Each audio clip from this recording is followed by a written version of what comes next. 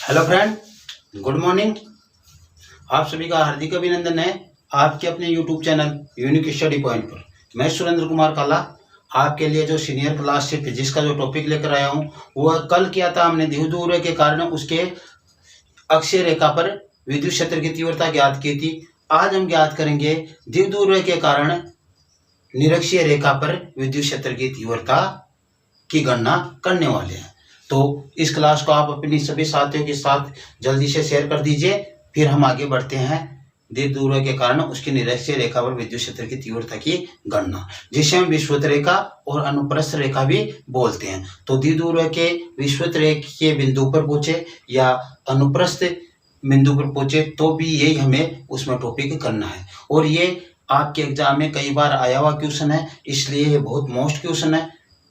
आपको अच्छी तरह देखना है, अच्छी तरह समझना है। यदि आपको कोई दिक्कत हो तो मेरे से को दोबारा से बोल देना, मैं आपको दोबारा से भी हो आपको फिर से समझ, ऐसी कोई कमी छोड़ूंगा नहीं जैसे आपको समझ में नहीं आए। आपको पूरा टॉपिक अच्छी तरह समझ में आएगा। और आप हमारे चैनल को सपोर्ट कीजिए, सब्सक्राइब कीजिए। और यदि FB पर है तो FB पर हमारे पेज यूनिक स्टडी पॉइंट को लाइक एंड फॉलो जरूर कीजिए। तो चलो हम बढ़ते हैं। आज कल हमने किया था क्षैतिज या अक्षीय बिंदु पर, आज करेंगे द्विध्रुव के कारण उसकी निरक्षीय रेखा पर विद्युत क्षेत्र की तीव्रता की गणना।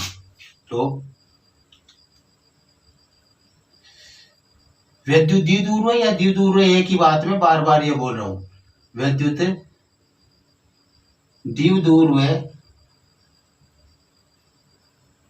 के कारण, विद्युत द्विध्रुव के कारण उसकी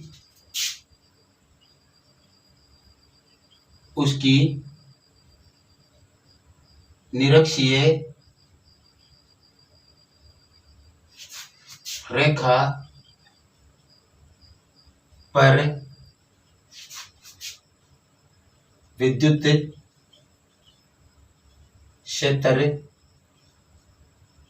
की तीव्रता की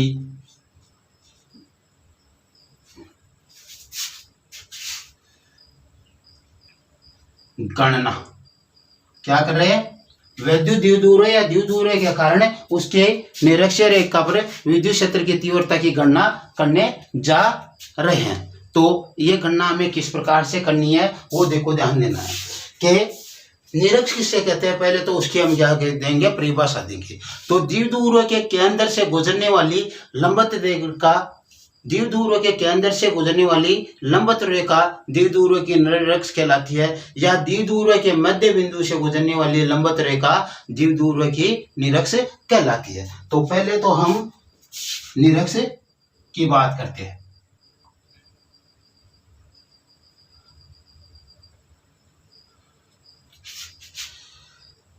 द्विध्रुव या विद्युत द्विध्रुव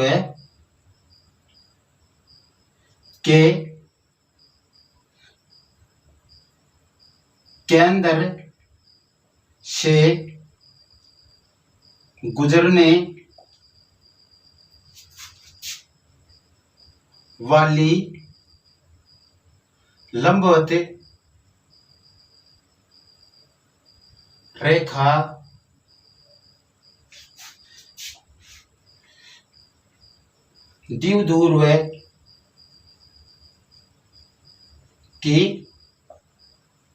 निरक्ष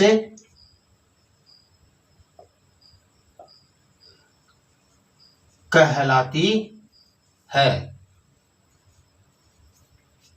क्या है कि द्विध्रुव के केंद्र से गुजरने वाली लंबवत रेखा द्विध्रुव की निरक्ष कहलाती है। या इसको दूसरी भाषा में आपको ऐसा लिखा हुआ मिलेगा, द्विध्रुव के मध्य बिंदु से गुजरने वाली लंबवत रेखा द्विध्रुव की निरक्ष कहलाती है। तो जो ये केंद्र है ना, द्विध्रुव का मध्य बिंदु होता है, कल हमने बात की थी, केंद्र द्विध्रुव का मध्य बिंदु होता है। तो मध्य बिंदु से गुजार दो चाहे उसे केंद्र से गुजार दो, एक ही बात है। तो पहली बात, निरक्ष की परिभाषा होने के बाद में हमें समझना है द्विध्रुव के बारे में, और के द्विध्रुव के जो मध्य बिंदु से जो लंबवत जो रेखा बना रहे हैं, जो निरक्ष है, उसके केंद्र से r दूरी पर स्थित बिंदु पर विद्युत क्षेत्र की तीव्रता की गणना कैसे करें। तो उसके लिए देखो, पहले तो हम बात करते हैं द्विध्रुव की, किसकी, पहले बात करेंगे द्विध्रुव की। यह द्विध्रुव मान लो अपना ए बी है और यहाँ पे क्या रखा हुआ है क्यू आवेश और यहाँ पे माइनस क्यू आवेश।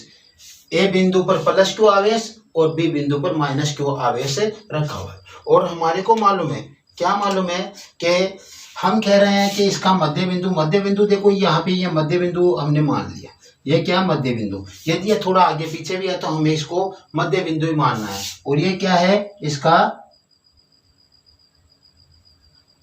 केंद्र है। क्या है, इसका केंद्र है। तो केंद्र है तो इसका मतलब इससे लंबवत रेखा की बात कर रहे हैं हम, इससे लंबवत रेखा की बात कर रहे हैं। तो ये तो नीचे की ओर लंबवत रेखा हो गई और ये ऊपर की ओर लंबवत रेखा हो गई इसकी, यहां तक। यहाँ पे बिंदु P स्थित है जिसे हम क्या बोल रहे हैं, परीक्षण बिंदु है, या फिर जो हम बिंदु गणना कर रहे हैं वो बिंदु है जिसपे विद्युत क्षेत्र की तीव्रता की गणना कर रहे हैं इस द्विध्रुव के कारण। तो ये निरक्ष हो गया। ये क्या है, इसका निरक्ष है, मध्य बिंदु से लंबवत खींची गई रेखा। ये गुजर रही है ना मध्य बिंदु से, यानी कि अंदर से गुजार दो चाहे मध्य बिंदु से गुजार दो। ये अब हम बात कर रहे हैं क्या कि ये ए और बी यानी दोनों आवेशों के मध्य दूरी की हमने कल बात की थी, वो है हमने ए माना था। और हमें हर जो आएगा इसमें द्विध्रुव का टॉपिक उसमें इसको ए मानना है। हम सभी को ए मान कर ही कर रहे हैं। तो ये स्मॉल ए है, दोनों आवेशों के मध्य दूरी या द्विध्रुव की लंबाई। द्विध्रुव के दोनों आवेशों के मध्य दूरी को ये क्या कहते हैं, द्विध्रुव की लंबाई कहते हैं। और ये क्या है, ए है। तो फिर इसका मतलब ए से ओ की दूरी क्या हो जाएगी, ए ओ बराबर a/2। तो फिर बी ओ या ओ बी का मान क्या हो जाएगा, ये भी a/2 हो जाएगा। दोनों तरफ आधा आधा हो जाएगा। क्यों, क्योंकि ये द्विध्रुव का लंब समद्विभाजक है। अब दूसरी बात हमें ध्यान देना है, क्या ध्यान देना है कि इस रेखा पर जितनी भी बिंदु है इनसे समान दूरी पर है, ए और बी बिंदु से समान दूरी पर है। क्योंकि किसी भी रेखा का लंब समद्विभाजक है, उस पर स्थित प्रत्येक बिंदु दोनों बिंदुओं की जो रेखा के दोनों सिरे हैं उनसे सदैव समान दूरी पर होते हैं। ये हमारे को मालूम होती है। तो यदि यहाँ पे कोई बिंदु है तो यहाँ से लेकर यहाँ तक की दूरी है वो समान होगी। यहाँ पे कोई बिंदु है यहाँ से लेकर यहाँ तक की और यहाँ से यहाँ तक की दूरी समान होगी। तो हमें तो एक को पी से मिलाना है। ये लो, एक को हमने क्या किया, पी से मिला दिया। ये क्या किया, एक को पी से मिला दिया। ये ऐसे पी मिल गया। तो हमें इस बिंदु पर विद्युत क्षेत्र की तीव्रता ज्ञात करनी है। इससे तो निकलना नहीं, या क्यू से तो जाएगा ना, इस पर क्यू पर ही तो विद्युत क्षेत्र, क्यू से तो विद्युत क्षेत्र की तीव्रता माइनस क्यू से। इसलिए ये रेखा हमारे को जरूरी है ये ज्ञात होना। और यदि इनको हमने दोनों ने मिलाया तो इसकी लंबाई एल और इसकी लंबाई भी एल हो जाएगी। दोनों क्या हो जाएगी, एल एल हो जाएगी।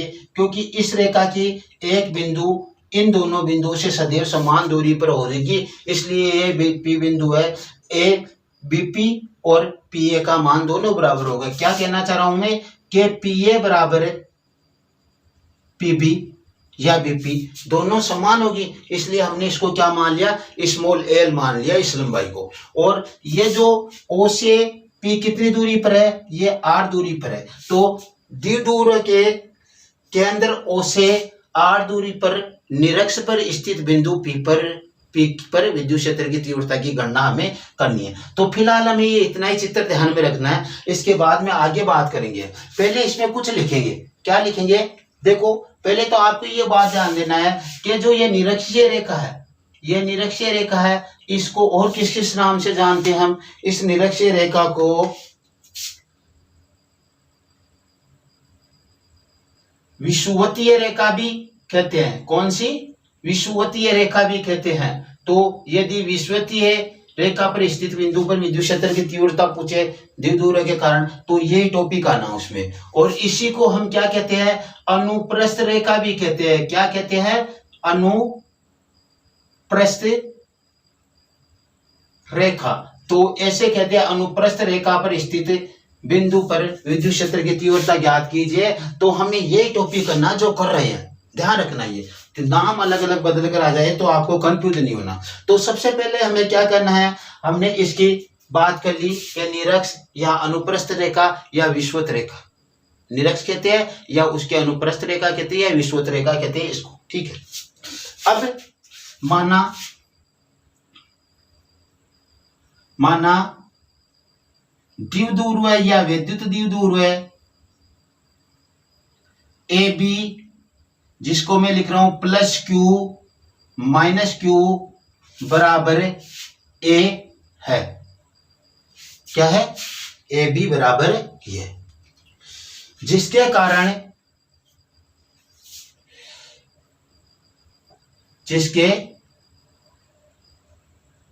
दोबारा या जिसके कारण उसके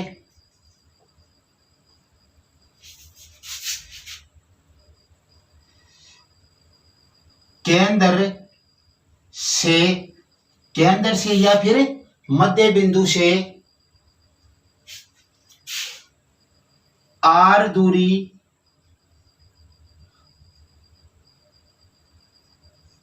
पर तथा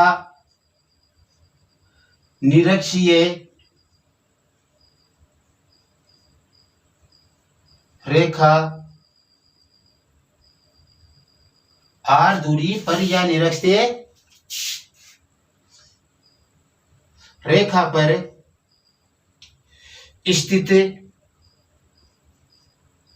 बिंदु, जिसे परीक्षण बिंदु बोल सकते हैं, बिंदु P पर विद्युत क्षेत्र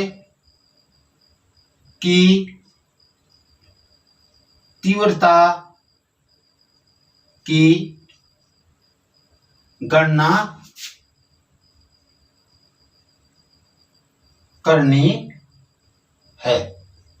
इसके कारण क्या करेंगे कि माना विद्युत द्विध्रुव a b plus q minus q बराबर ए, इसकी लंबाई क्या है ए, जिसके कारण उसके केंद्र या मध्य बिंदु, उसके केंद्र से आर दूरी तथा निरक्षीय रेखा पर, यहाँ पे इसको ऐसे लिख लेना, आर दूरी तथा निरक्षीय रेखा पर स्थित बिंदु पी पर विद्युत क्षेत्र की तीव्रता ज्ञात करना। पर लिखोगे तो भी कोई बात नहीं, बाकी ये एकदम क्या करना, विद्युत क्षेत्र की तीव्रता ज्ञात करनी है। तो हमें ये सब जो इसमें दिया गया वो बातें तो हमने कर ली। अब हमें क्या लिखना है, प्लस क्यू आवेश के कारण बिंदु पी पर विद्युत क्षेत्र की तीव्रता, प्लस क्यू आवेश के कारण बिंदु पी पर विद्युत क्षेत्र की तीव्रता।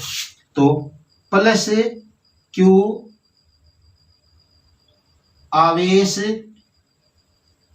के कारण बिंदु P पर विद्युत क्षेत्र की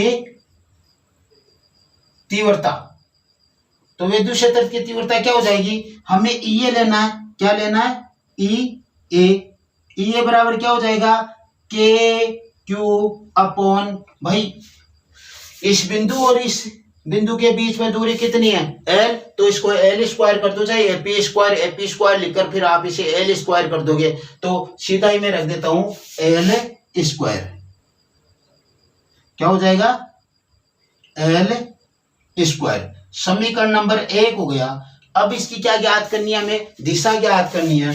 क्या ज्ञात करनी है, दिशा ज्ञात करनी है। तो दिशा हमने क्या किया था, विद्युत क्षेत्र की तीव्रता की दिशा प्लस आवेश के लिए आवेश से प्रेक्षण बिंदु या प्रेक्षण आवेश की ओर, और माइनस आवेश के लिए प्रेक्षण बिंदु से प्रेक्षण आवेश से आवेश की ओर होती है। तो ये प्लस आवेश है, इसका मतलब इसकी दिशा किधर होगी, इसकी दिशा होगी आवेश से प्रेक्षण आवेश की ओर। तो प्रेक्षण आवेश तो इधर ही होगा ना, प्रेक्षण बिंदु की तरफ, तो आवेश से प्रेक्षण आवेश की ओर इधर होगी, यानी एपी की ओर। ऐसा चित्र बनाओगे तो कल वाली दिशाएं लिखनी है आपको। क्या लिखना है, एपी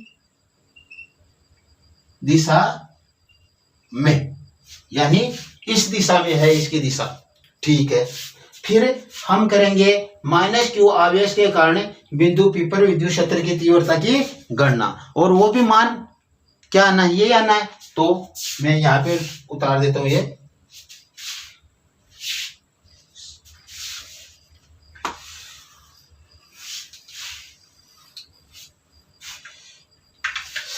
को यहां पे उतार लेता हूं मैं। ये बराबर के क्यू अपॉन एल स्क्वायर, समीकरण 1, और ये एपी दिशा में, एपी दिशा में, ठीक है।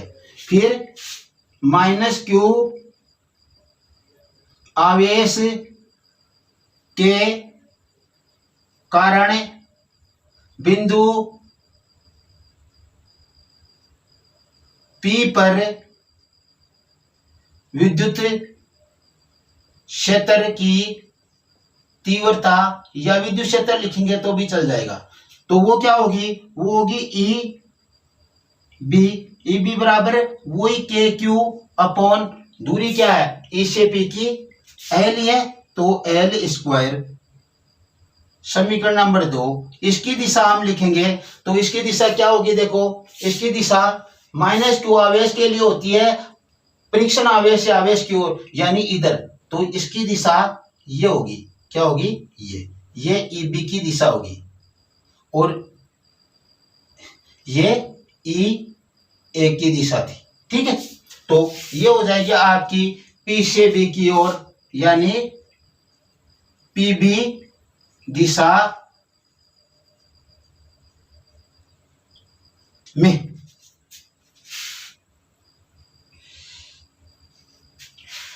पीबी दिशा में। अब देखो हमारे को ध्यान देना है कि ईए की दिशा एपी है और पीबी ईबी की दिशा क्या है, पीबी है। तो ये देखो ये दिशा इधर है, ये दिशा इधर है, इसका मतलब क्या है, दिशा स्पष्ट नहीं है, दोनों की दिशा स्पष्ट नहीं है, इसलिए इनका सदिश योग करने के लिए इनको ऊर्ध्वाधर और क्षैतिज घटकों में वियोजित करेंगे। तो हम ये लिखेंगे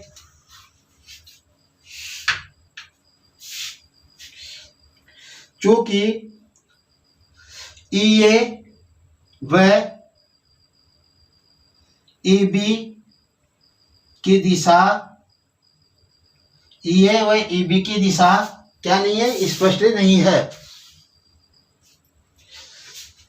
स्पष्ट नहीं है या फिर निश्चित नहीं है। तो ईए व ईबी की दिशा निश्चित नहीं है, निश्चित नहीं है या स्पष्ट नहीं है। देखो इसकी दिशा इधर, इसकी दिशा इधर, इसलिए इनका सदिश योग करने के लिए, इसलिए इनका सदिश योग करने के लिए या सदिश योग प्राप्त करने के लिए इनके क्षैतिज और ऊर्ध्वाधर घटक में वियोजित करेंगे। इसलिए इनको किसको, ईए व ईबी का सदिश योग प्राप्त करने के लिए इन्हें क्षैतिज व ऊर्ध्वाधर, क्षैतिज व ऊर्ध्वाधर घटकों में वियोजित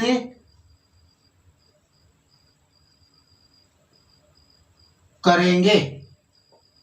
और क्षैतिज और ऊर्ध्वाधर घटकों में वियोजित करने के लिए क्या करेंगे, देखो ये चित्र आप दोबारा बना लेना, उसी समय ऐसा का ऐसा ही बनना है। इसको क्या करना है हमें, इसकी दिशा ये है तो इसको आप आगे तक बढ़ा दो, ये लो, ये हमने क्या कर दिया, इसको आगे तक बढ़ा दिया। तो इसकी दिशा तो ईए की तो ये थी दिशा, और ईबी की इधर नीचे की साइड में है, ठीक है। तो हमें क्षैतिज और ऊर्ध्वाधर घटक, ये जो काली वाली लाइन है इसको देखो पी को मैं यहाँ पे उतार देता हूं और इसको ऊपर की ओर ऐसे और बढ़ा देता हूं।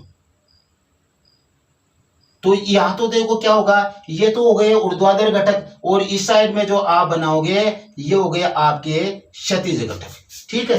अब देखो ये की साइड में ये साइन थीटा ऊर्ध्वाधर घटक तो यही होता है, तो इसका हो जाएगा ई ए साइन थीटा, यहाँ पे कौन थीटा है तो यहाँ पे भी कौन, तो ई ए साइन थीटा हो जाएगा, ठीक है। तो अब देखो इधर देखो ये ई बी है तो ये आ जाएगा इधर नीचे की ओर ई बी साइन थीटा, ये क्या हो गया, ई बी साइन थीटा हो गया। ये तो लंबवत घटक हो गए, ये इस साइड में और ये इस साइड में, दोनों की दिशा विपरीत। ये क्षैतिज घटक, इधर तो क्या हो जाएगा, ई ए साइन थीटा हो जाएगा, E A sine theta, sorry cos theta, क्षैतिज घटक है ना, ये ई ए कोस थीटा, और ये हो जाएगा ई बी कोस थीटा। ये दोनों हमने रख लिए।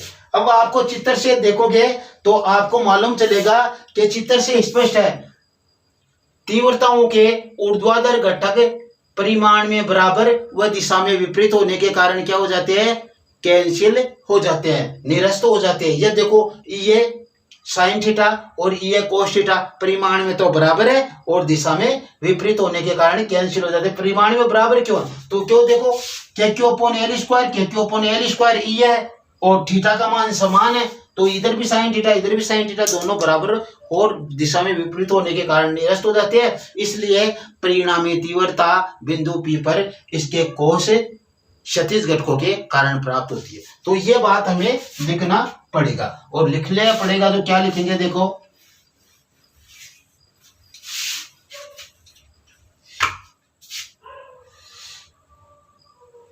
चित्र से स्पष्ट है कि ई ए व ई बी के ऊर्ध्वाधर घटक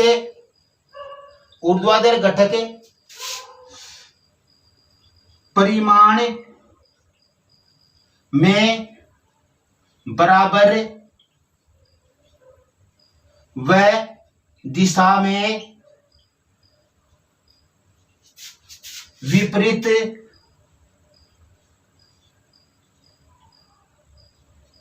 होने के कारण निरस्त हो जाते हैं, निरस्त हो जाते हैं या हो जाएंगे। इसलिए यह अतः बिंदु पी पर परिणामी तीव्रता, बिंदु पी पर परिणामी तीव्रता केवल तीव्रताओं के क्षैतिज घटकों के योग के से प्राप्त होगी। अतः बिंदु पी पर परिणामी तीव्रता केवल तीव्रताओं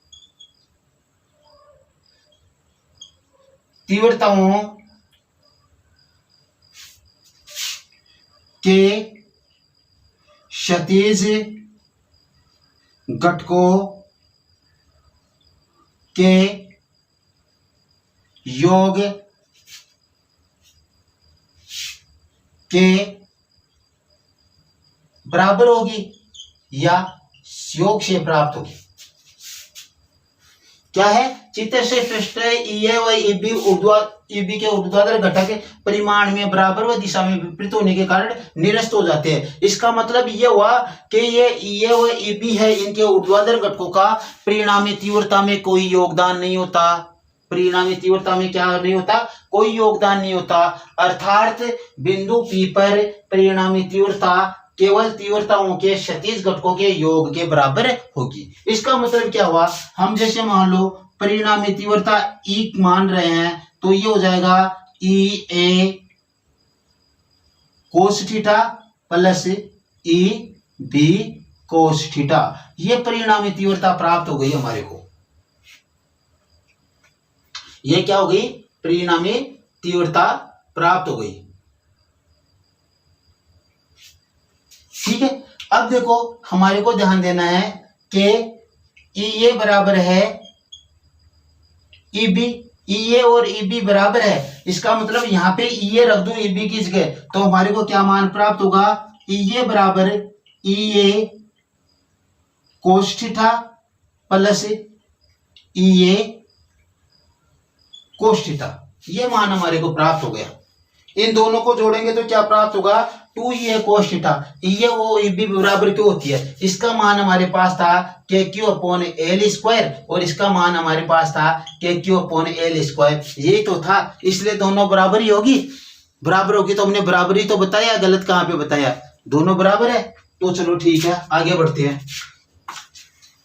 इन दोनों को जोड़ के लिखेंगे तो हमारे पास आ जाएगा ये बराबर 2a कोस थीटा, समीकरण नंबर 3। समीकरण 3 में एक से मान रखने पर, या इसमें हम डायरेक्ट ऐसा कह देंगे कि E बराबर 2, यहां पे आ जाएगा के Q upon L square cos theta. समीकरण नंबर 3 लगा देंगे इसको और यहां पे लिखेंगे समीकरण 1 से मान रखने पर। किससे किया, समीकरण 1 से मान रखने पर। समीकरण 1 से किसका मान रखा, ए का मान रखा, जो के क्यू अपॉन एल स्क्वायर था, 2 को हमने इधर ले लिया, के Q upon L square cos theta इसके साथ ऐसा का ऐसा आ गया। अब हमें थोड़ा ध्यान देना है, देखो हमारे पास एल है वो भी अननोन है और कोस थीटा भी अननोन है, तो इनका मान हमें निकालना पड़ेगा और इनका मान हमारे पास कहां से आएगा वो हमें ध्यान देना होगा। कहां से आएगा, इन्हीं से आएगा, या तो इस त्रिभुज से आएगा पीओबी से या एओपी से, या तो पीओबी से आएगा या एओपी से आएगा। तो हम लेते हैं त्रिभुज एओपी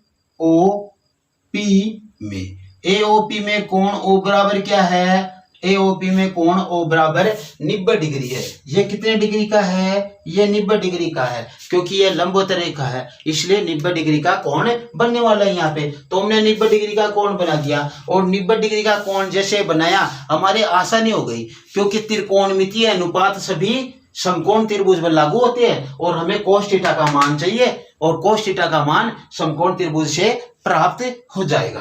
तो प्राप्त हो जाएगा तो देखो इस थीटा के लिए ये आधार, ये लंब और ये कर्ण, ये आधार, ये लंब और ये कर्ण, और कोस थीटा में कौन कौन से आते हैं, आधार बटा कर्ण। कोस थीटा में क्या आते हैं, आधार बटा कर्ण। तो ये लो कोस थीटा इक्वल टू आधार बटा कर्ण। आधार इसका क्या है, ओ ए बटा कर्ण क्या है इसका, एपी। ओ ए बटा आधार बटा कर्ण, हाँ एपी। ओ ए बटा एपी।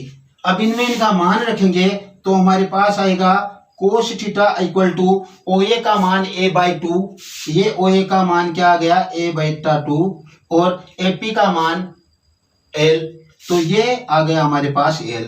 यदि आप कहोगे सर हम ये त्रिभुज नहीं लेना चाहते, हम तो पी ओ बी लेंगे, तो त्रिभुज पी ओ बी में कोण ओ बराबर 90 डिग्री है और यहाँ पे ये क्या है 90 डिग्री का कोण थीटा कोण है और ये है 90। तो हम यहाँ पे कोस थीटा की निष्पत्ति करेंगे तो कोस थीटा बराबर आधार बटा कर्ण, कर्ण का मान एल, आधार का a बाई 2, ये लो a बाई 2 बटा ये एल, ये लो a बाई 2 बटा एल। यहाँ पे भी कोस थीटा का वही मान आना है, इसलिए चाहे ये वाला त्रिभुज ले लेना चाहे ये वाला ले लेना, कोई फर्क नहीं पड़ने वाला आपके। तो अब देखो हम इसको आगे चलते हैं, तो ये हो गया आपका कोस थीटा इक्वल टू ए 2 आ गया नीचे 2l, समीकरण नंबर 4। समीकरण नंबर क्या आ गया, 4 आ गया हमारे पास। यदि समीकरण 4 को 3 में रख दे, समीकरण 4 को 3 में रखने पर, ठीक है, तो यहां पे कर देता हूं मैं समीकरण 3 में समीकरण 4 को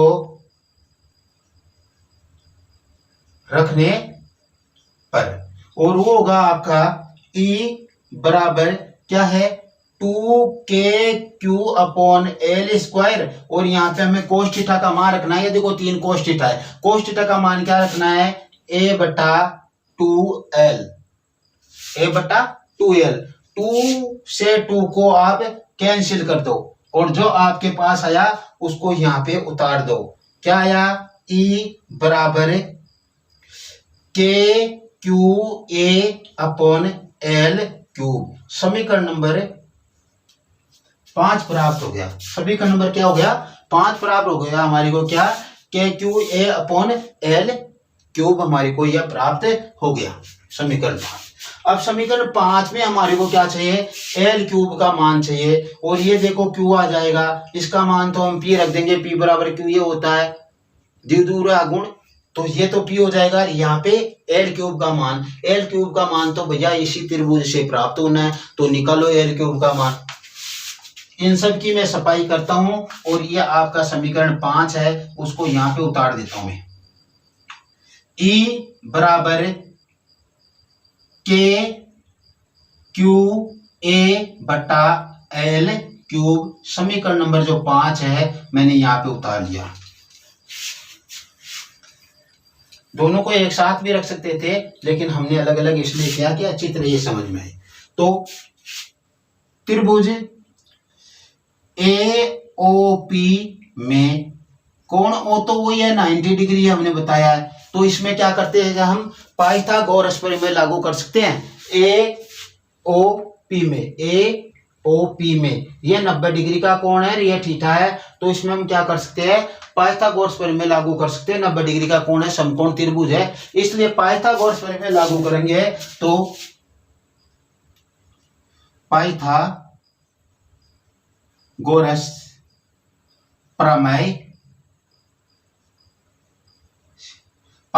प्रमेय से क्या होगा, कर्ण का स्क्वायर बराबर आधार का स्क्वायर प्लस लंब का स्क्वायर, या लंब का स्क्वायर प्लस आधार का स्क्वायर। तो कर्ण का स्क्वायर क्या है, AP का स्क्वायर, AP का स्क्वायर इक्वल टू, देखो लंब का स्क्वायर OP का स्क्वायर, OP का स्क्वायर प्लस आधार OA का स्क्वायर या AO का स्क्वायर।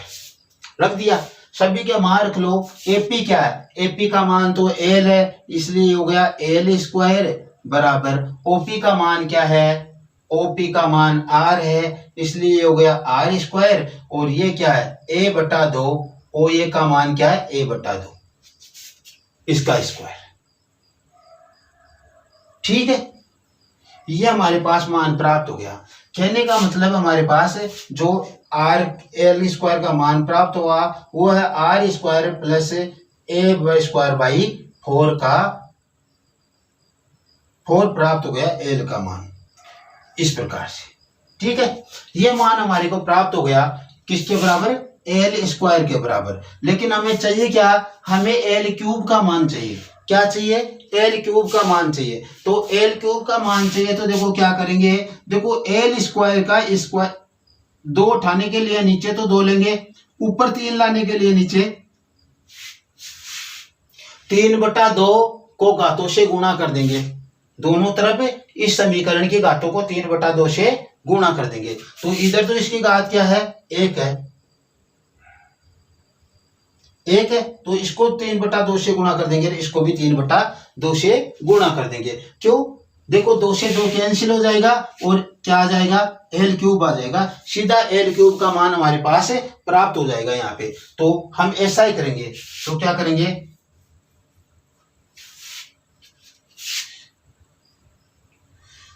दोनों तरफ की घातों को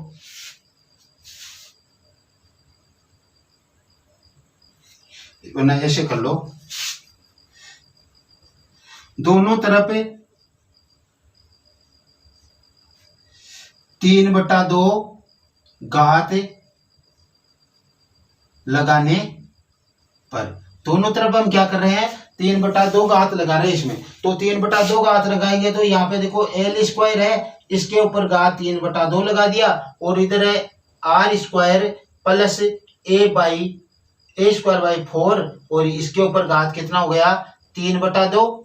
ये तो 3/2 ही लगना है क्योंकि पहले से 1 है, अब 3/2 हो गया। इस प्रकार से हम इस पे घात लगा देंगे। ऐसा घात लगाने से क्या होगा, देखो 2 से तो 2 कैंसिल हो जाएगा और यहाँ पे जो मान प्राप्त होगा हमारे पास वो होगा L³ बराबर R² प्लस A² बाई 4 की घात 3/2। समीकरण नंबर आपका 6 कौन सा हो गया, समीकरण नंबर 6 प्राप्त होगा। हमने क्या किया, पाइथागोरस प्रमेय लगाई। पाइथागोरस प्रमेय से कर्ण का स्क्वायर प्लस लंब का स्क्वायर प्लस आधार का स्क्वायर, इससे ये मान प्राप्त हुआ। हमें क्या लाना था, L की घात 3 लाना था। यहाँ पे L² था, इसलिए L² से हमें इसके ऊपर घात 3 करने के लिए नीचे 2 लिया, ऊपर 3, तो इसको इससे काटेंगे तो क्या आ जाएगा, L³ हो जाएगा। इसलिए हमने क्या किया, 3/2 घात लगा दी दोनों तरफ।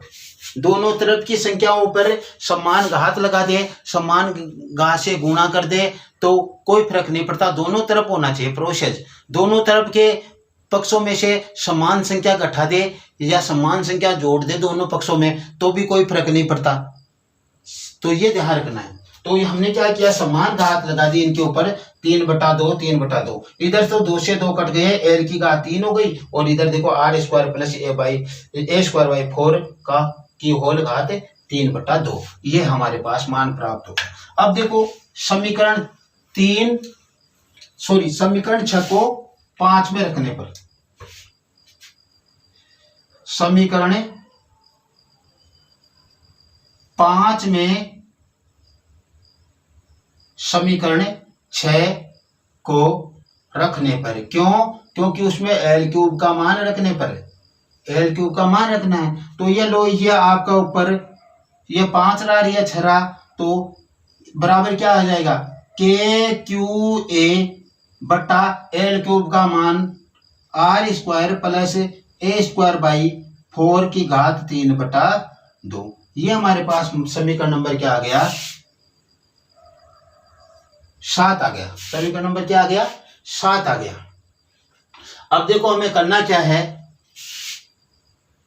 क्योंकि वही कल वाली बात हम कह रहे थे कि दोनों आवेश क्या है, अत्यल्प अलग दूरी पर रखा हुआ होता है। दोनों आवेश द्विध्रुव के दोनों आवेश क्या होते हैं, बहुत कम दूरी पर रखे हुए होते हैं, तब द्विध्रुव का निर्माण होता है। तो ये दूरी तो बहुत कम है और ये R का मान बहुत अधिक है। R का मान ये बहुत अधिक, हम यहाँ पे भी ले सकते हैं R को, तो यहाँ पे भी ले सकते हैं, ठीक है।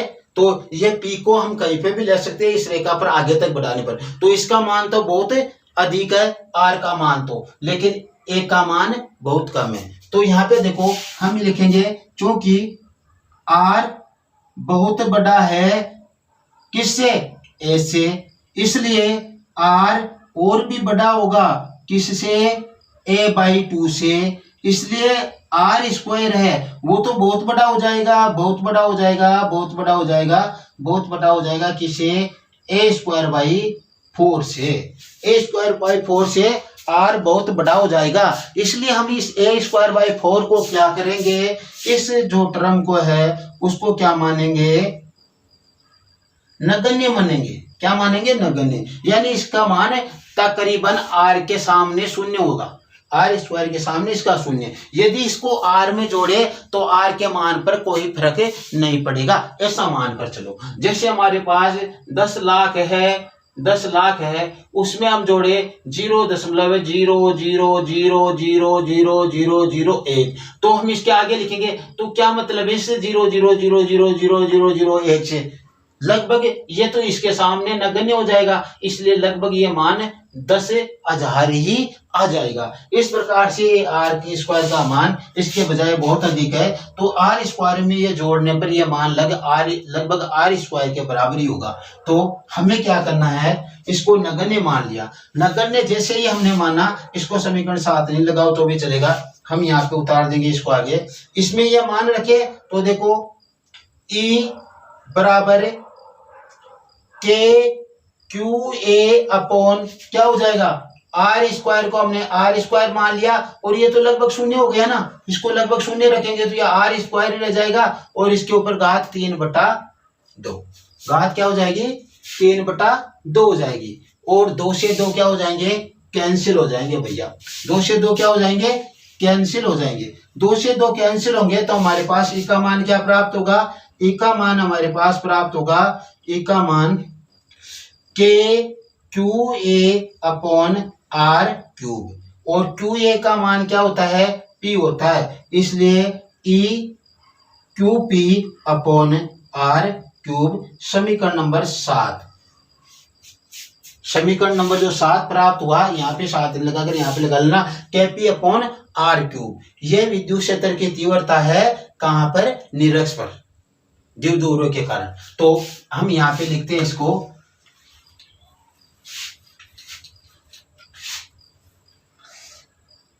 E बराबर के पी अपॉन आर क्यूब समीकरण नंबर 7। और सदिश रूप में लिखो, कल को हमने वो सदिश रूप नहीं बताया था, उसमें भी ध्यान देख लेना कैसे करना है।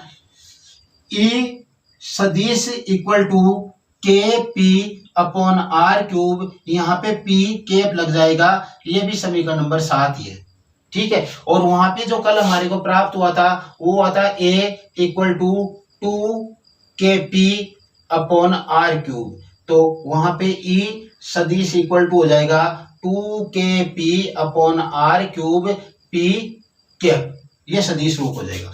अब देखो यहाँ पे लिखेंगे समीकरण 7 द्विध्रुव के कारण उसके केंद्र से आर दूरी पर स्थित निरक्षीय बिंदु पर विद्युत क्षेत्र की तीव्रता का मान को प्रदर्शित करता है। तो आप इसको लिखोगे समीकरण 7 विद्युत द्विध्रुव या द्विध्रुव के कारण उसके निरक्षीय बिंदु लिख देना सीधा, उसके निरक्ष पर या निरक्षीय बिंदु पर, उसके निरक्षीय बिंदु पर विद्युत क्षेत्र की तीव्रता को व्यक्त करता है, विद्युत क्षेत्र की तीव्रता को व्यक्त करता है। तो इस प्रकार से इसकी है हमारे को तीव्रता प्राप्त हो गई। इस तरीके से हमें ज्ञात करनी। तो हम क्या कह सकते हैं इसके बारे में, इसके बारे में हम कह सकते हैं कि विद्युत द्विध्रुव के कारण उसके निरक्षीय रेखा पर विद्युत क्षेत्र की तीव्रता का मान उसके केंद्र से परीक्षण बिंदु की दूरी के घन के व्युत्क्रमानुपाती होता है। क्या होता है,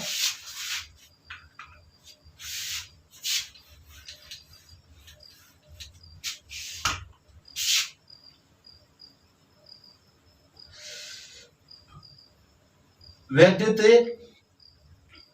द्विध्रुव के कारण निरक्षीय बिंदु पर विद्युत क्षेत्र की तीव्रता का मान उसके या द्विध्रुव के केंद्र से बिंदु या प्रेक्षण बिंदु की दूरी के घन के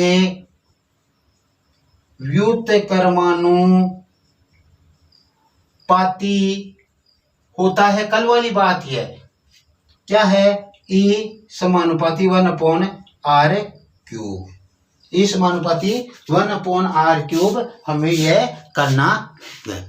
मतलब जैसे जैसे परीक्षण बिंदु की केंद्र से दूरी बढ़ेगी, केंद्र से दूरी बढ़ेगी, वैसे वैसे विद्युत तीव्रता का मान क्या होता जाएगा, कम होता जाएगा। वैसे वैसे विद्युत क्षेत्र की तीव्रता का मान क्या होता जाएगा, कम होता जाएगा। अब देखो हम कल वाली तीव्रता पर और आज वाली तीव्रता पर बात करते हैं थोड़ा।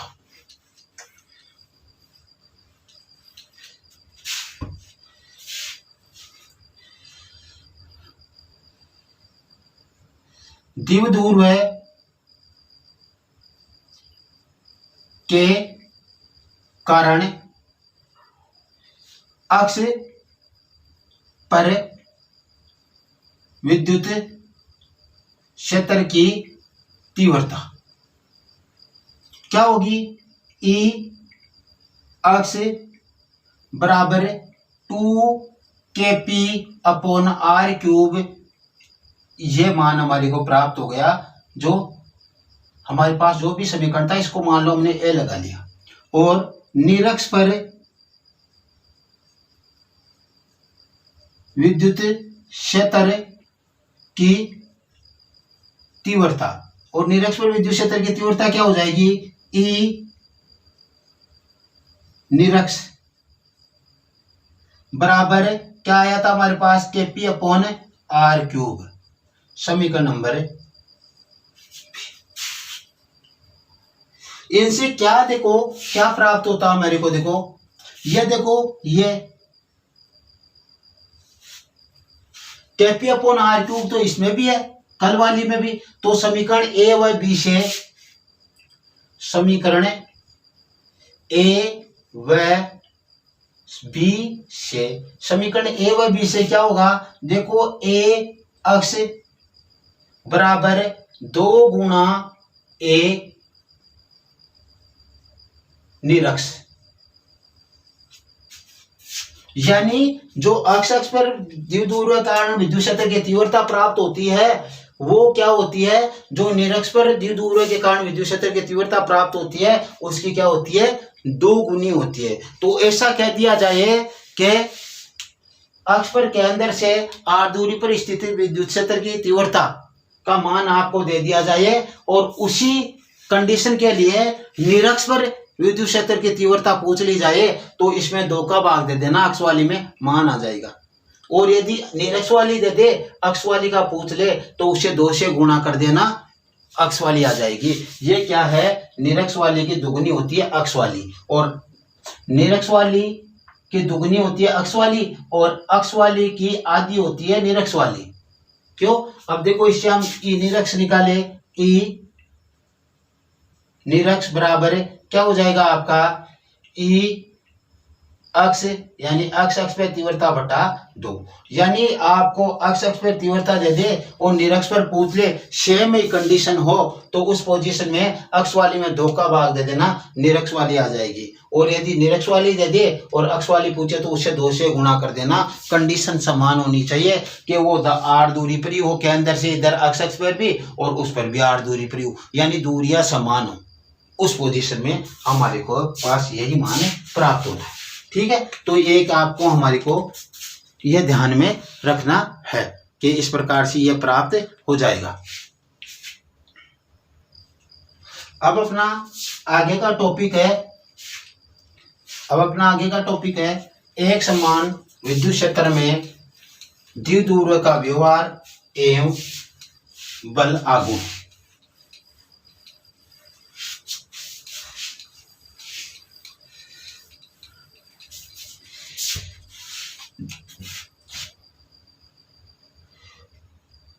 एक समान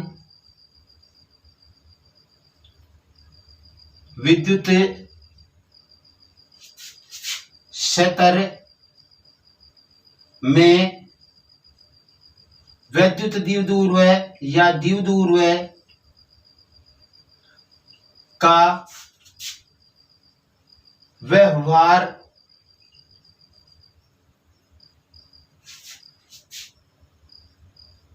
तथा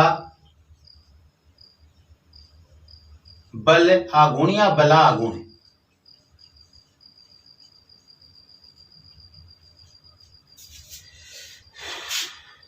क्या है? एक समान विद्युत क्षेत्र में द्विध्रुव का व्यवहार एवं बला आघूर्ण। हम क्या करते हैं कि जो समान विद्युत क्षेत्र होता है उसमें यदि हम द्विध्रुव को रख दे तो द्विध्रुव के क्या किससे बनता है? द्विध्रुव 2 समान परिमाण और विपरीत प्रकृति के आवेशों से बनता है। तो जो उसका जो प्लस आवेश होता है उस सिरे पर तो क्या होता है? विद्युत क्षेत्र की दिशा में बल लगता है उस पर, जिसको हम बोलते हैं F बराबर QE। F बराबर क्यू ई बल लगता है। ये एफ बराबर क्यू ई कहाँ से आया ये भी समझ लेना।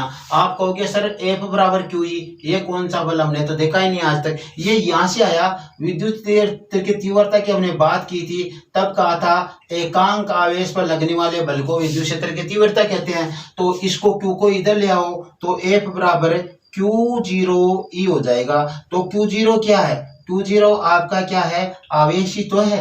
तो आवेश को आप क्यू जीरो लिखो चाहे क्यू लिखो, इसलिए उस पे बल लगेगा क्यू ई, वो लगेगा धन आवेश पर किस दिशा में, विद्युत क्षेत्र की दिशा में बल लगेगा। ठीक, तो फिर ऋणावेश पर क्या लगेगा, ऋणावेश पर भी इतना ही बल लगेगा, ऋणावेश पर भी इतना ही बल लगेगा, लेकिन वो क्या लगेगा, धनावेश पर यदि इस दिशा में है विद्युत क्षेत्र की दिशा, तो ऋणावेश पर इस दिशा में लगेगा, विपरीत दिशा में लगेगा। यानी वो बल क्या होंगे, परिमाण में समान लेकिन दिशा में विपरीत होगा। हमने बल रेखाओं में बात की थी कि यदि विद्युत क्षेत्र में तनावेश कोई तो रखा था हमने, और उस पर विद्युत क्षेत्र के कारण बल लगता है, वो विद्युत क्षेत्र की दिशा में लगता है। हमने ऐसी बात की थी कि यदि हम विद्युत क्षेत्र में एक समान एकांक धनावेशित आवेश रखे, एकांक धनावेशित आवेश रखे, तो उस पर जो बल लगता है वो विद्युत क्षेत्र की दिशा में लगता है। हमने ये बल रेखाओं में बात की थी। तो यहाँ पे क्यू है, या मान लो हमने इस तरीके से रखा, ये क्यू प्लस और ये क्यू माइनस, और विद्युत क्षेत्र की दिशा ये है, तो इस क्यू पर तो लगेगा इस साइड में बल एफ बराबर क्यू ई, और इस पे लगेगा इस साइड में एफ बराबर क्यू ई, लेकिन ये परिमाण में समान और दिशा में क्या है, विपरीत।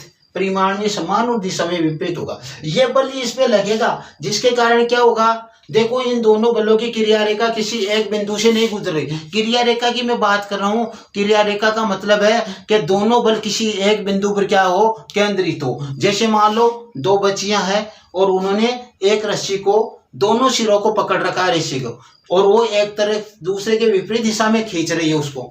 जिसमें ज्यादा बल होगा वो क्या करेगी, कम बल वाली वस्तु को या बच्ची को अपनी तरफ खींच लेगी, वो दूसरी बच्ची, क्योंकि उसमें ताकत ज्यादा है, उसमें बल ज्यादा है, इसलिए वो अपनी तरफ खींच लेगी।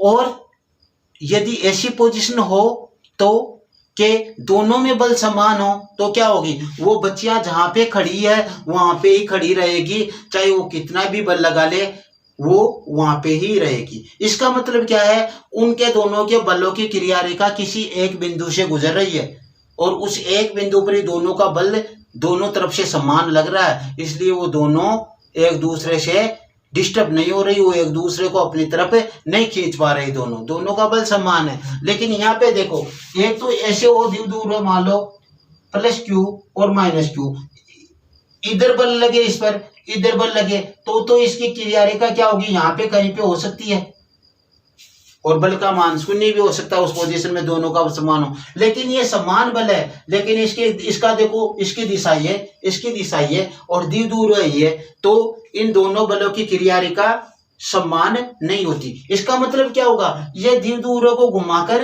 विद्युत क्षेत्र की दिशा में तो लाने का प्रयास करते हैं, लेकिन ये निरस्त नहीं होते। निरस्त नहीं होकर क्या करते हैं, ये बल उगम का निर्माण करते हैं, जिसके कारण क्या होता है, बल हागुण उत्पन्न होता है।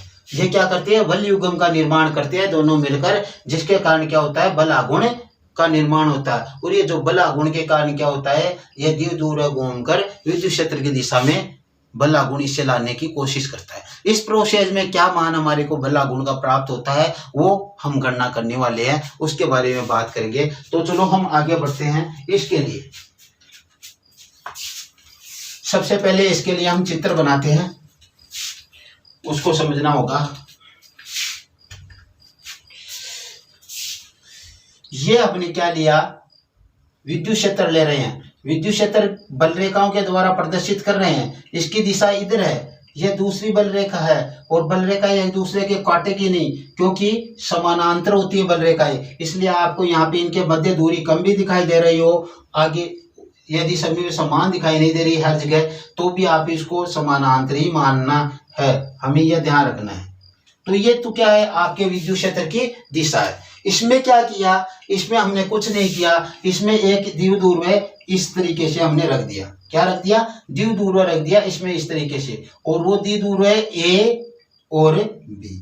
बी पर माइनस क्यू आवेश है और ए पर प्लस क्यू आवेश है।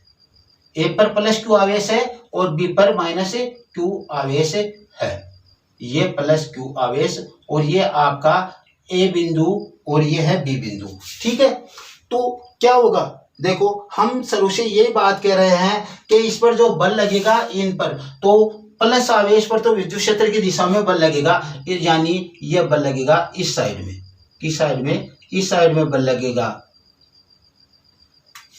दूसरे से कर लेता हूं जिससे आपको स्पष्ट दिखाई दे। ए बिंदु पर जो प्लस क्यू आवेश पर है वो लगने वाला बल इस साइड में लगेगा और वो होगा एफ बराबर क्यू ई, ये बल लगेगा। तो क्या हुआ, पर धनावेश पर विद्युत क्षेत्र की दिशा में बल लगता है, तो ऋणावेश कहां पे जाएगा, बल तो इस पे भी लगेगा, इस पे भी बल लगेगा, इस पर इस साइड में बल लगेगा, बिंदु बी पर माइनस क्यू आवेश पर इस साइड में बल लगेगा, इसकी दिशा ये होगी और इसका मान भी क्या होगा, एफ बराबर क्यू ई होगा, लेकिन क्या माइनस में, उसके विपरीत दिशा में। परिमाण में समान लेकिन दोनों बलों की दिशा क्या होगी, विपरीत होगी।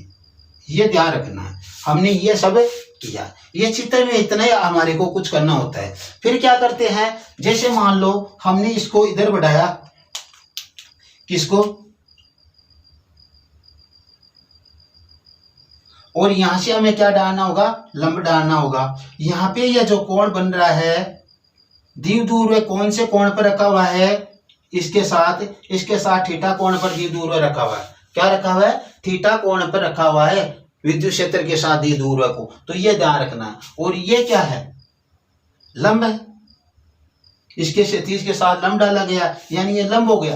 द्विध्रुव की लंबाई क्या लेते हैं हम, द्विध्रुव की लंबाई की बात करते हैं तो द्विध्रुव की लंबाई हमारे पास है ए से बी तक की जो लंबाई हम ले रहे हैं वो ए ले रहे हैं सभी में, तो ए ही ये लंबाई है, ए से बी तक ए है। तो ये देखो ये लंब है, ये कर्ण है, ये आधार है। हमें मान निकालना है इसका, किसका, लंब का। लंब का मान कैसे निकालेंगे, कर्ण का मान दिया गया है, थीटा का मान दिया गया है, लंब का मान निकालना है। तो देखो इसका मतलब साइन थीटा की निष्पत्ति होगी, और साइन थीटा यहाँ पे समझना हो, साइन थीटा बराबर लंब बटा कर्ण। लंब क्या है, यहाँ पे मान लो मैंने सी बिंदु लगा दी, तो लंब तो हो गया आपका बी सी, और कर्ण क्या हो गया, ए बी।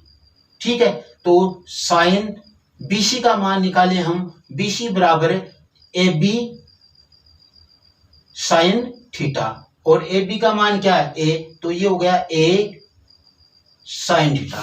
तो इसका मान क्या हो गया, यहां से लेकर जो यहां तक की हम इसकी बात कर रहे हैं इसकी, तो ये हमारे पास मान प्राप्त हुआ, ये सब ए साइन थीटा। लंब का मान क्या हुआ, ए साइन थीटा प्राप्त हो गया, लंब का मान हमारे को।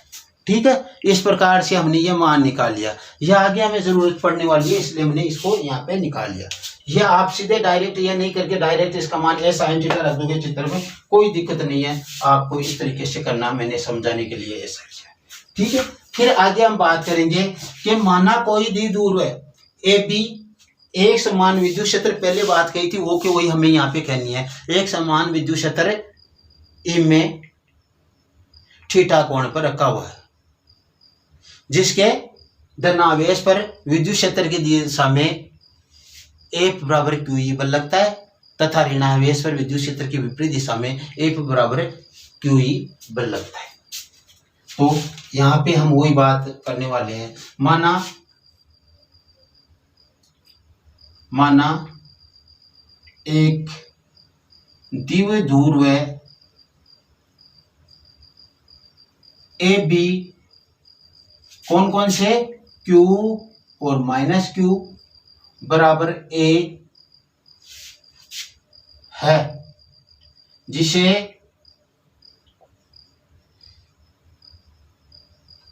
एक समान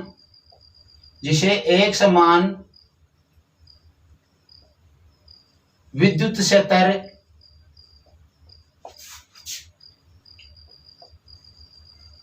E में, या E के साथ, E में ई के साथ रख लेना, ई के साथ थीटा कोण पर रखा गया है। किस पे रखा गया है?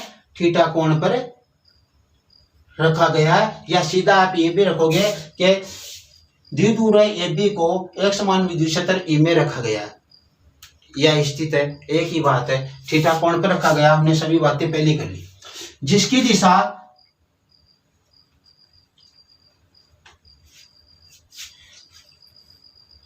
जिसके दोनों आवेशों पर विद्युत क्षेत्र के कारण बल कार्यरत होता है, जिसके दोनों आवेश पर विद्युत क्षेत्र के कारण बल कार्यरत होता है।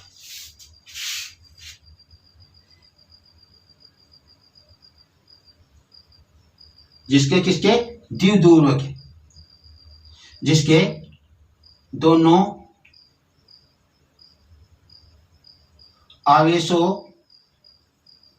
पर ई के कारण बल लगता है या आरोपित होता है। प्लस क्यू पर, प्लस क्यू आवेश पर या प्लस क्यू आवेश पर ई की दिशा में बल F बराबर QE तथा माइनस क्यू आवेश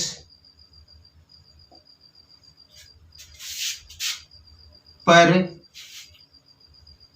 E यानी विद्युत क्षेत्र E की दिशा के विपरीत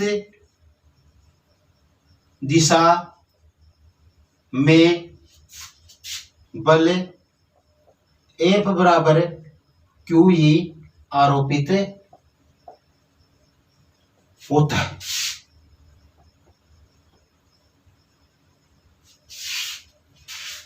ये दोनों बल परिमाण में समान दिशा में विपरीत होने पर भी क्या होते हैं? निरस्त नहीं होते। तो हम यहां पे लिखेंगे यह दोनों बल परिमाण में समान और दिशा में विपरीत होते हैं, फिर भी परस्पर निरस्त नहीं होते, निरस्त नहीं होते हैं, क्योंकि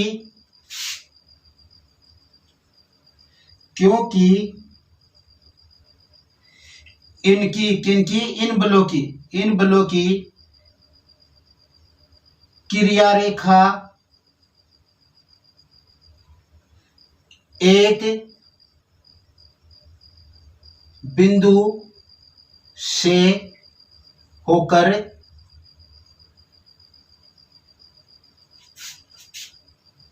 नहीं गुजरती है।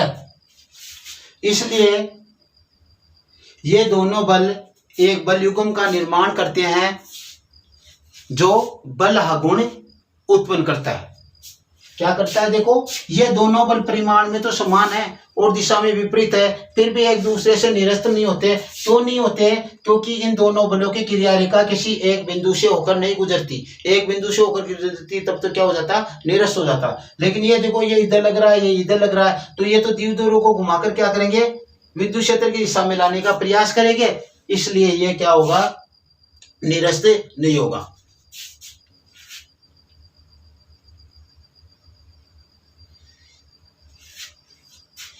आपस में निरस्त नहीं होते और एक बल युग्म का निर्माण करते हैं।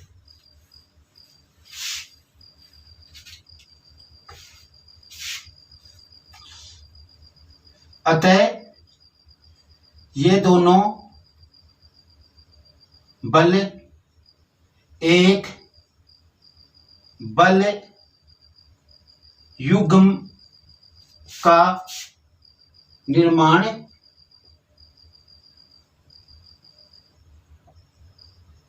करते हैं, जिसके कारण क्या होता है, एक बल आघूर्ण उत्पन्न होता है, जिसके कारण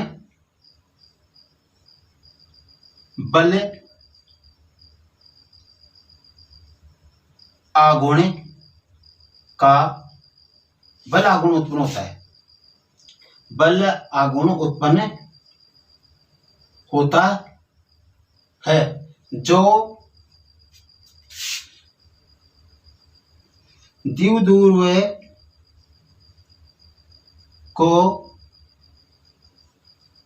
घुमाकर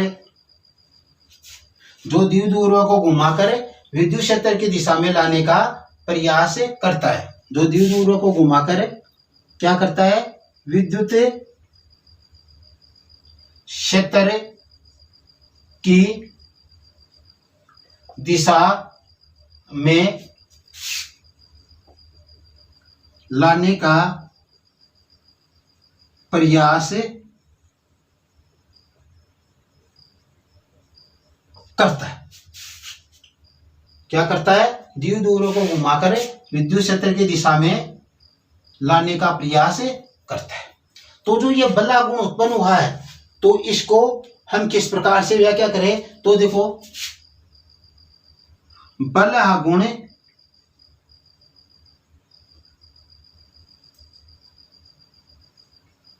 की परिभाषा से हम बल आघूर्ण का मान ज्ञात करेंगे। बल आघूर्ण की परिभाषा से क्या है, बल आघूर्ण बराबर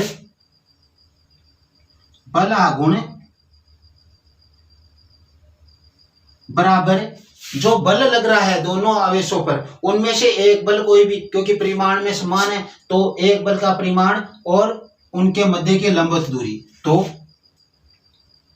बल गुणा बलों के मध्य लंबवत दूरी।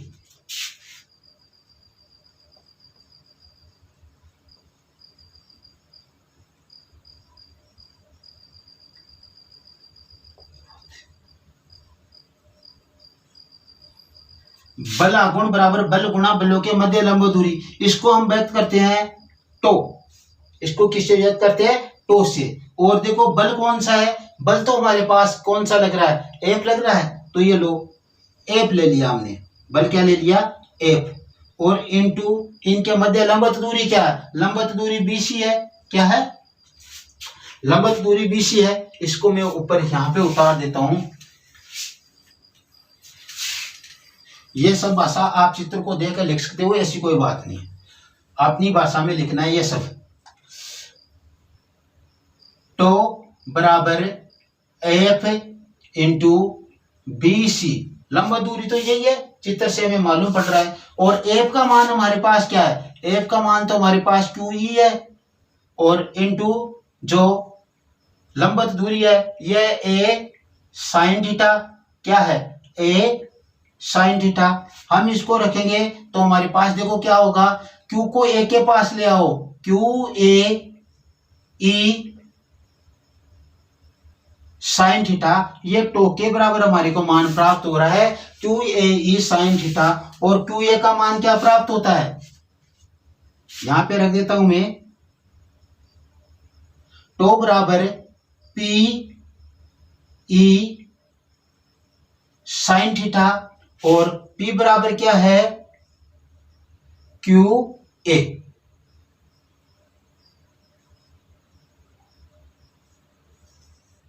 यह है, इसलिए क्यू ए का मान हमने P रख दिया। यह हमारे पास समीकरण 1 प्राप्त हो गया। और इसको देखो हम सदिश रूप में रखना चाहे तो क्या हो जाएगा, टो सदिश बराबर P सदिश क्रॉस ई सदिश, क्योंकि क्रॉस मल्टीपल में क्या आता है, साइन थीटा का निर्माण होता है। इसलिए P सदिश क्रॉस E सदिश, इसका मतलब बल आघूर्ण क्या होता है, सदिश राशि होती है। बल आघूर्ण क्या होता है, सदिश राशि होती है। तो ये क्या हो गया, इस द्विध्रुव के कारण उत्पन्न बल आघूर्ण का मान आपको प्राप्त हो गया। 1 नंबर पॉइंट इसमें आप रखोगे, बल आघूर्ण सदिश राशि है। 2 नंबर पर लिखोगे बल आघूर्ण का मात्रक क्या होगा भाई, देखो इससे देखे बल आघूर्ण का मात्रक क्या हो जाएगा, है क्या, क्यों ध्यान, कुछ ध्यान में, ये आपका न्यूटन इंटू मीटर हो जाएगा। न्यूटन इंटू मीटर होता है। बल आघूर्ण का मात्रक क्या होता है, न्यूटन इंटू मीटर होता है। 3 नंबर पॉइंट है अपना, इसके आगे वह है प्रत्यानयन बल।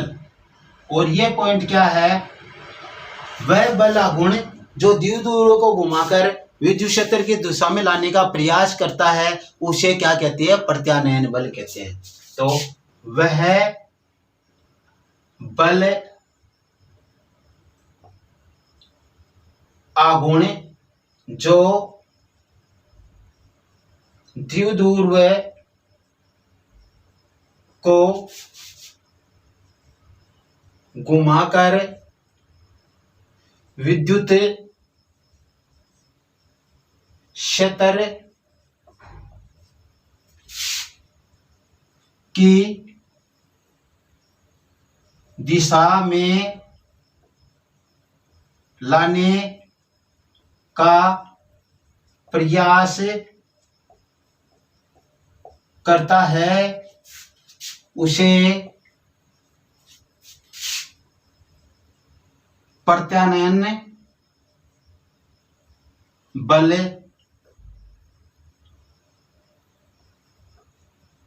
कहते हैं। उसे क्या कहते हैं, प्रत्यानयन बल कहते हैं।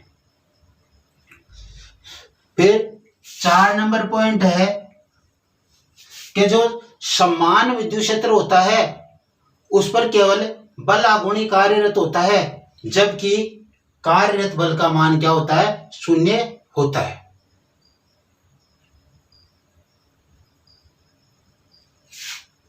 तो क्या लिखोगे, समान विद्युत क्षेत्र में द्विध्रुव पर केवल बल आघूर्ण ही कार्यरत होता है, जबकि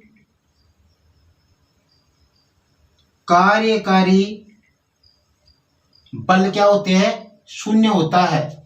जबकि द्विध्रुव पर कार्यकारी बल का मान क्या होता है, शून्य होता है। जबकि उस पर लिख लेना, उस पर, किस पर, द्विध्रुव पर, उस पर कार्यकारी बल शून्य होते हैं। क्या होते हैं, कार्यकारी बल शून्य होते हैं। अब यदि असमान विद्युत क्षेत्र रहे तो असमान विद्युत क्षेत्र में रखे द्विध्रुव पर जो बल आघूर्ण लगता है उसके साथ उस पर क्या लगता है, बल भी लगता है। क्या होता है, बल भी लगता है। तो 5 नंबर पॉइंट क्या होगा, असमान तीव्रता वाले विद्युत क्षेत्र में असमान तीव्रता वाले विद्युत क्षेत्र में द्विध्रुव पर बल आघूर्ण के साथ बल भी लगता है। यानी असमान तीव्रता वाले द्विध्रुव विद्युत क्षेत्र में द्विध्रुव पर बल आघूर्ण व बल दोनों कार्यरत होते हैं। ये लिख देना। यहाँ पे आप ऐसे भी कह सकते हो बल आघूर्ण व बल दोनों कार्यरत होते हैं, जिसके कारण क्या होता है, द्विध्रुव अधिक तीव्रता वाले विद्युत क्षेत्र की ओर विस्थापित हो जाता है। किसके कारण वो बल लग रहा है, जिसके कारण द्विध्रुव अधिक तीव्रता वाले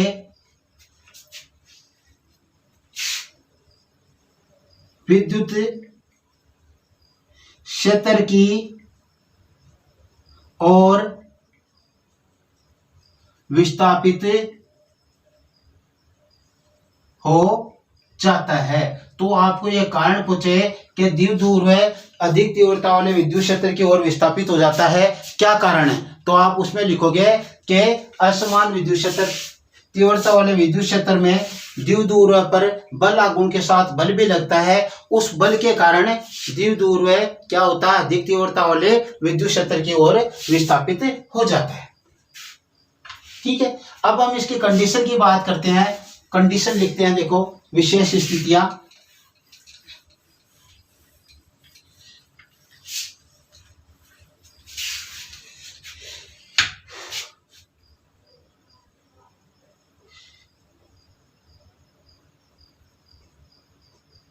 एक नंबर, P व E के मध्य कोण क्या हो, या देखो जब P समानांतर हो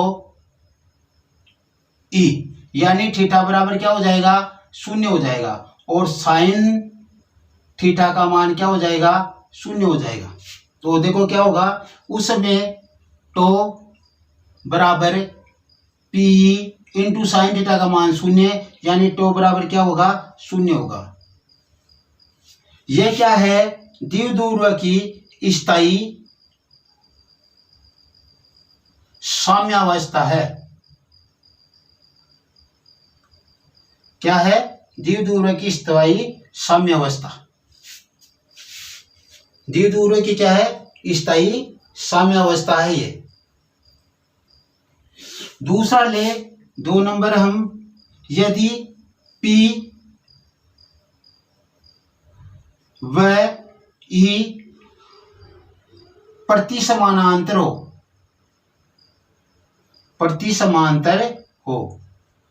तो थीटा बराबर क्या हो जाएगा, 180 हो जाएगा, और साइन थीटा का मान यहाँ पे भी क्या हो जाएगा, 0 हो जाएगा, और यहाँ पे भी आपका जो टो बराबर क्या है, P इंटू 0 क्या होगा, मान 0 होगा। लेकिन ये क्या है, अस्थायी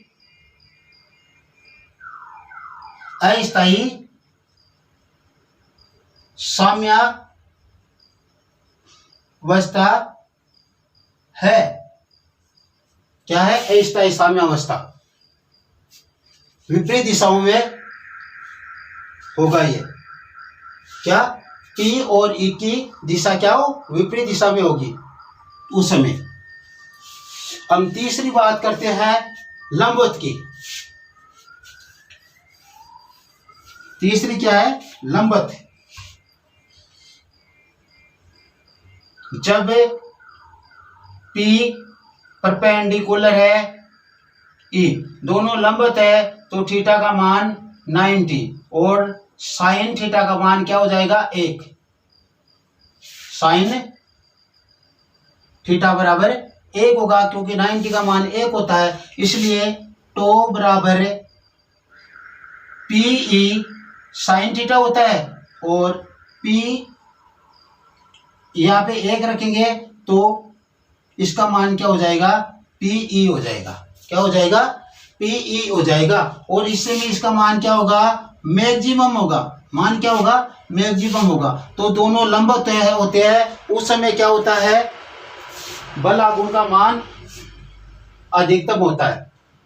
दोनों लंबवत होते हैं उस समय क्या होता है, बल आघूर्ण का मान अधिकतम होता है। तो आप रखोगे कि जब द्विध्रुव पर रखे विद्युत क्षेत्र में जब ई व पी व ई लंबवत होते हैं तो बल आघूर्ण का मान अधिकतम होता है। अतः जब द्विध्रुव आघूर्ण व विद्युत क्षेत्र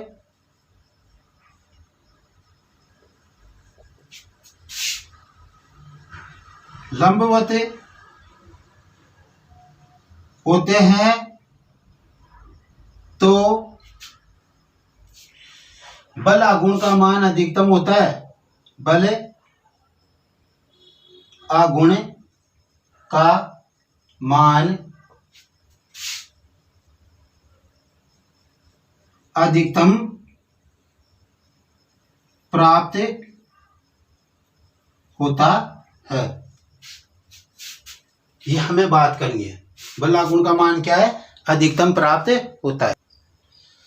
अब हम बात करें कि यदि क्या हो, यहाँ पे तीव्रता का मान क्या हो, इकाई हो, यानी हम इसको ऐसे ले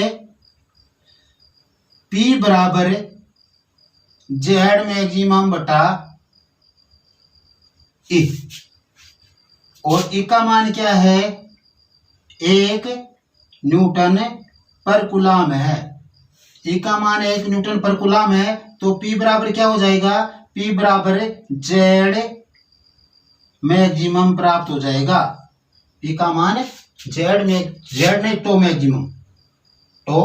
मैक्सिमम प्राप्त होगा। तो मैक्सिमम प्राप्त होगा।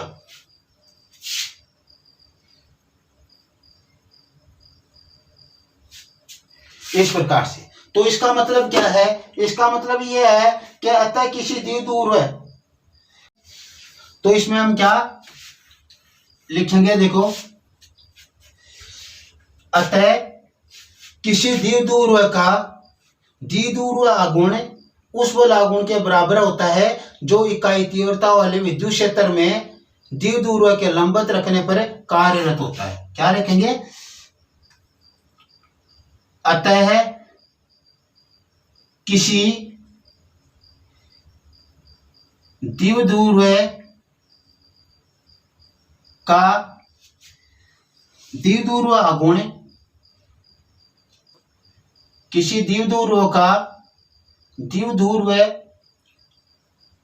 आघूर्ण उस किस, देखो, अतः किसी द्विध्रुव का द्विध्रुव आघूर्ण उस बल आघूर्ण, उस बल आघूर्ण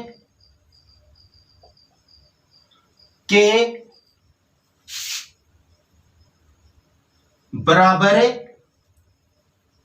होता है। उस बल आघूर्ण के बराबर होता है। किसके बराबर, किस बल आघूर्ण के बराबर होता है, उस बल आघूर्ण के बराबर होता है जो इकाई तीव्रता वाले विद्युत क्षेत्र में रखे द्विध्रुव पर कार्यरत होता है। जो इकाई तीव्रता वाले विद्युत क्षेत्र के लंबवत भी तो है ना, लंबवत रखे द्विध्रुव पर कार्यरत होता है। पढ़ो इसको फिर से, क्या कह रहा है?